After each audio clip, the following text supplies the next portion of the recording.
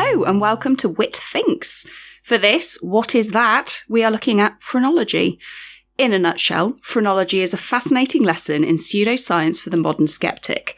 Phrenology is a massive subject, and I could spend hours going into the whats, wheres, whys and hows of this quirky pseudoscience. But for the purpose of this video, I'll be giving a brief top-down look. However, if any of you would like a more in-depth analysis into phrenology's history, let us know and I can delve further into the depths in an additional video. Conceptualised in 1796 by Viennese doctor Franz Joseph Gall, the principles of phrenology hinge on 5 key points. 1. The brain is the organ of the mind in the same way that the lungs are the organs of the respiratory system. 2. Mental powers can be analysed into a definitive number of independent faculties. 3.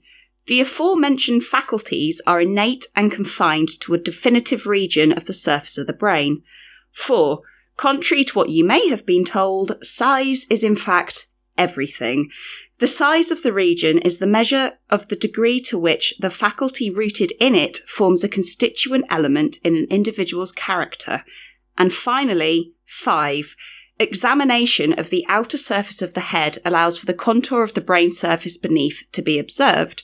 Simply put, believers in phrenology claim that through careful examination of the pattern of bumps on your skull, your strengths, weaknesses, personality, character, hopes and desires can all be revealed. Not hard to believe at all. 2 distinct schools of neuroscience in the 18th and 19th centuries believed in very different theories of how the mind functioned. One school believed that the brain worked as a whole to control all motor and mental function. For example, identifying the smell of sizzling bacon or controlling the hand that pats your best doggy friend cannot be localised to any one part of the brain. The other school, however, as championed by Dr. Gall, believed in the complete compartmentalisation of the brain, i.e., every part of the brain was dedicated to a single function.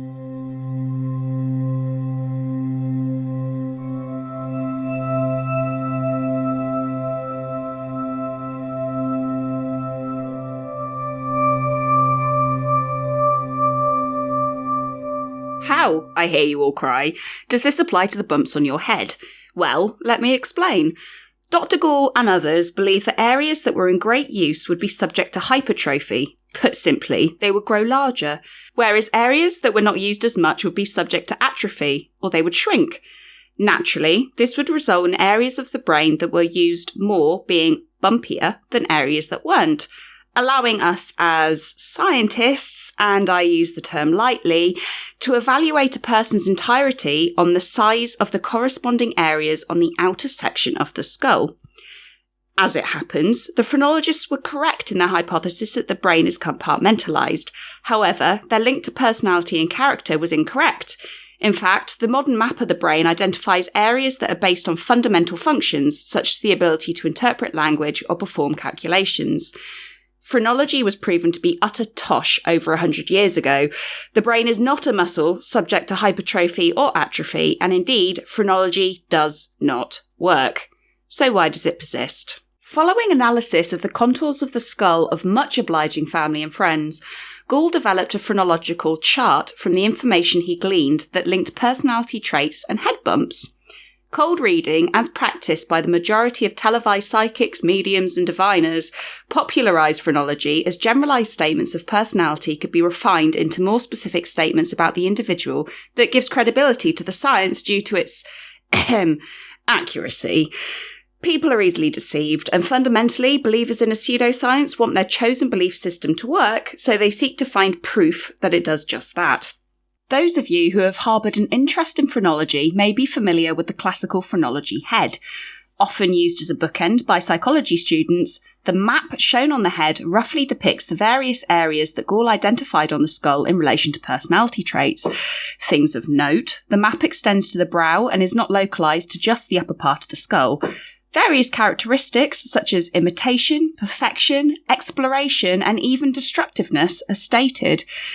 As a side, you may note that the left side of the map is richer with properties than the right side. common theory that the left side of the brain controls the right side of the body and vice versa, led certain members of the phrenological community to believe that the poor blighters among us who are cursed with left-handedness were lacking in the rich tapestry of personality that those of the right-handed persuasion enjoy. And as a left-hander, I can confirm that half of my brain is lacking.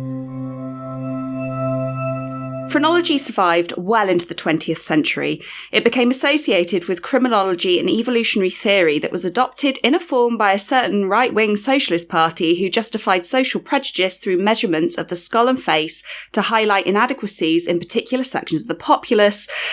I, however, won't go into the rights and wrongs of the Nazi Party. Perhaps it's a subject for another video. Today, phrenology is regarded as a curious pseudoscientific oddity. Without any merit in the science behind the theory, it has for the most part been laughed out of any serious scientific debate. However, the differences in phrenology when compared to, say, iridology or reflexology remain up for debate. A lesson perhaps we're still to learn. Stay skeptical, fans, and until next time, peace out.